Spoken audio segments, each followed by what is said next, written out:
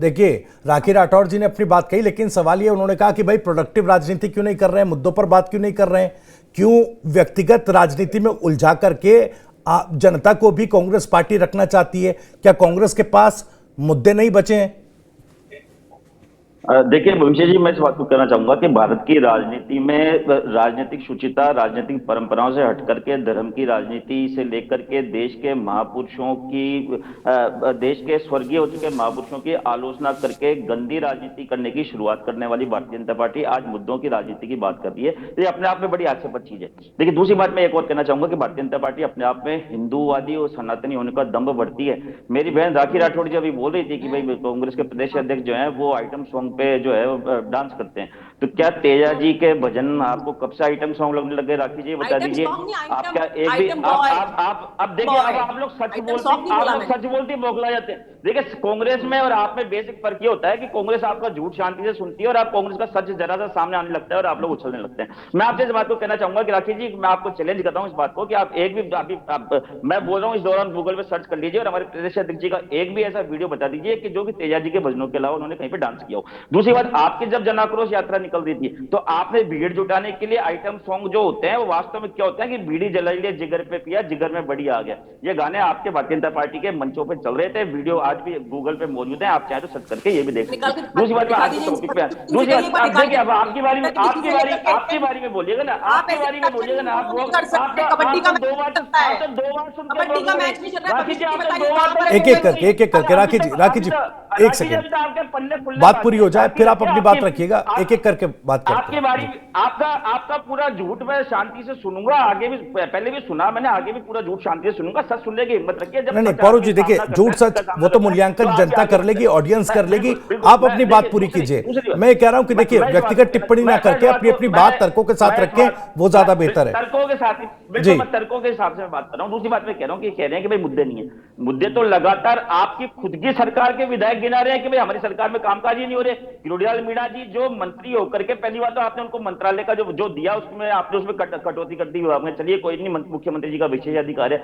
आपकी खुद की सरकार के मुख्यमंत्री जो कृषि मंत्री हैं, तो राजस्थान में जब आपदा होती है, जब किसानों की फसलें खराब हो जाती है और आपकी सरकार के द्वारा मुआवजा देना दूर, उनकी जो गिरदावरी है वो तक नहीं कराई जाती। और ऐसी स्थिति में जब सरकार का कृषि मंत्री जो कि सरकार का आपदा राहत मंत्री भी है वो गायब रहता है, तो विपक्ष का दायित्व है कि वो इस बात को उठाए और वो सरकार को मजबूर करे इस बात को कि सरकार के जो संबंधित मंत्री हैं उनको विधानसभा में मौजूद रहना चाहिए, ताकि जो है विपक्ष जो है जनता से जुड़े हुए मुद्दों के जो है आपसे सवाल पूछ सके। दूसरी बात, आप कहते बोले भाई हमने तो बहुत कुछ कर दिया। आपने क्या किया मैं बताता हूं। जब हम विपक्ष में थे तब ये किरोड़ीलाल मीणा जी थे कि जिन्होंने भारतीय जनता पार्टी की तरफ से विपक्षी नेता होने का दायित्व निभाया था और इन्होंने एक एसआई भर्ती पे, एक कथित एसआई भर्ती घोटाले पे बहुत बड़ा आंदोलन किया था। भविष्य आपको ध्यान होगा, जब ये बात शुरुआती दौर पे जब सामने आई थी तब हमारी सरकार ने हमने खुद ने आगे बढ़ करके जो है एसआईटी गठित करी, हमने उस पे की जांच करवाई और हमने अगस्त 2023 में उसका चालान पेश कर दिया। परंतु किरोड़ीलाल मीणा जी उस समय संतुष्ट नहीं थे। किरोड़ीलाल मीणा जी ने कहा कि भाई ये जो पूरी एसआई की भर्ती रद्द होनी चाहिए। और किरोड़ीलाल मीणा जी के सुर में मिलाते हुए भारतीय जनता पार्टी के तत्कालीन विपक्षी नेता राजेंद्र राठौड़ जी ने भी इस बात को कही थी,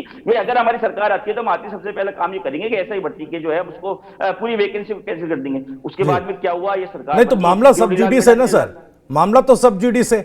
अब सरकार ये तो नहीं कह रही कि भाई इसको रद्द नहीं किया जाएगा।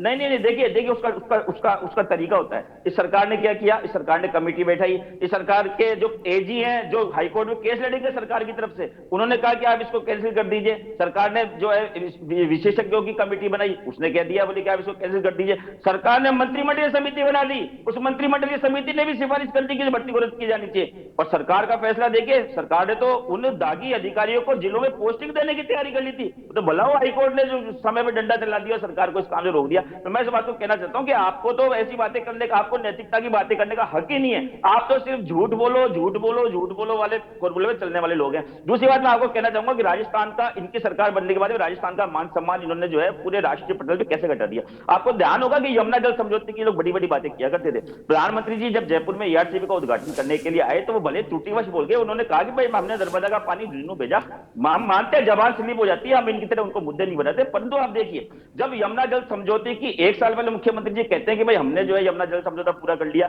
इन मुख्यमंत्री जी की हवा तत्कालीन जो मुख्यमंत्री हरियाणा के थे खट्टर जी, वो निकाल देते हैं। वो कहते हैं बोले कि भाई नहीं, ऐसा कोई समझौता हुआ नहीं होता, हम देखेंगे, हमारे यहाँ कोई पानी बचेगा तो हम देंगे। फिर उसके बाद में हमारे द्वारा लगातार विपक्ष के द्वारा मांग की गई कि भाई आपने हरियाणा सरकार से क्या एमओयू किया, आप उसको जनता के पटल पे रखिए। इन्होंने जो है उसको जनता के पटल पे नहीं रखा। मेरे साथी प्रवक्ता जो यशवर्धन सिंह जी हैं, उनकी यमुना जल समझौते को लेकर के राजस्थान हाईकोर्ट में बहुत पुरानी रिट पेंडिंग है। वहां पे उन्होंने कहा कि जब सरकार ने घोषणा करी है कि भाई हमने यमुना जल समझौता कर लिया, तो सरकार से स्टेटस रिपोर्ट मांगी जाए। वहां पे सरकार ने 1 साल तक राजस्थान हाईकोर्ट के पटल पे स्टेटस रिपोर्ट वहां पे पेश नहीं की। उसके बाद में अभी कुछ दिनों पहले जो है वो सामने उसका पूरा मामला आया। तो वहां पर क्या मामला आया कि भाई जब हरियाणा में जब कोई पानी बच जाएगा यमुना जल समझौते का, तब वो हरियाणा में वो पानी देगा। 1994 में 5 राज्यों का समझौता हुआ था यमुना जल समझौते में, जिसमें राजस्थान भी एक पक्ष था। और ईआरसीपी को लेकर सर अलग से एक बहस रख लेंगे। फोकस थोड़ा सा ये रखता है कि कांग्रेस की राजनीति किस ओर है इस विधानसभा सत्र में। प्रेस कॉन्फ्रेंस की सर कल डोटासरा साहब, जूली साहब ने, देखिए मेरा सीधा सवाल, मैं फिर उसके बाद आनंद शर्मा जी के पास भी पहले रिमार्क के लिए जाऊंगा, छोटा सा जवाब सर। प्रेस कॉन्फ्रेंस करी, जितना बेहतर तरीके से आप टीवी डिबेट में बोल रहे हैं सर, उतने बेहतर तरीके से आपने कोई ऐसा मुद्दा जो एक गंभीर जन सरोकार का राजस्थान का मुद्दा हो, उस प्रेस कॉन्फ्रेंस में उसकी जानकारी नहीं दी। भाई डोटासरा साहब ये कह दिए कि टीकाराम जूली साहब जो है बैठक में निर्देशित कर देंगे, लेकिन उसके अलावा उनको किरोड़ीलाल मीणा, राजेंद्र राठौड़ साहब और तमाम वो मुद्दे जरूर याद रहे और उसको प्रेस कॉन्फ्रेंस में कहना भी याद रहा, जिस पर कहीं ना कहीं एक नेताओं के साथ जुड़ी हुई उनके समर्थकों की जो एक सेंटिमेंट होता है, वो मुद्दे जरूर। क्या उस सेंटिमेंट पर राजनीति करना चाहती है विधानसभा सत्र में भी कांग्रेस? जल्दी से सर। देखिए, वास्तविक जो मुद्दे थे उन पे कांग्रेस पार्टी सदन से लेकर सड़क तक लगातार संघर्ष करती आ रही है। कल वाला प्रसंग ये था कि 2 दिन पहले किरोड़ीलाल मीणा जी ने जो एक बयान दिया था कि भाई जो मंत्री पद के नाम की घंटाली, जिसको राजस्थान में हम लोग घंटाली शब्द काम में लेते हैं, भाई घंटाली हमारे गले में जो डाल रखी है, इसको उतार करके लालसूट विधायक के गले में डाल दिया जाए। और उन्होंने बहुत नैतिकता भरी बातें कही। और निश्चित तौर पर देखिए, राजनीति में कोई भी हर नेता जो होता है वो अपनी अपनी पार्टी का होता है, परंतु जो जनता के पक्ष में लड़ाई लड़ने वाले नेता होता है, जिनमें वास्तव में नेता शब्द जिस नैतिकता शब्द के आधार पर बना और जिस नेता में वास्तव में होती है, तो उसका सम्मान विरोधी पार्टी के लोग भी करते हैं, चाहे वो पक्ष के हो या चाहे विपक्ष के हो। तो निश्चित तौर पे किरोड़ीलाल मीणा जी और जो राजेंद्र राठौड़ जी हैं, वो जब विपक्ष में रहे, उन्होंने कई जनता से जुड़े हुए मुद्दे उठाए और हमारी सरकार ने उनके उठाए गए मुद्दों पे जो वाजिब मुद्दे थे उन पर हमने कार्रवाई भी की, और जिस पे हम कार्रवाई नहीं कर पाए तो उनको व्यक्तिगत बुला करके हमने संतुष्ट भी किया कि भाई इसमें ये कारण है, आप लोग इस जगह गलत है। तो देखिए, ये अगर कोई वर्तमान घटनाक्रम होता है और दूसरे कृषि मंत्री के नाते आने वाले विधानसभा सेशन में हमसे जवाब मांगते ना, कई सवाल ऐसे थे कि जिन पे उनसे जवाब मांगना जरूरी था। अब मंत्री जी तो कह रहे हैं भाई मैं तो छुट्टी में जा रहा हूं,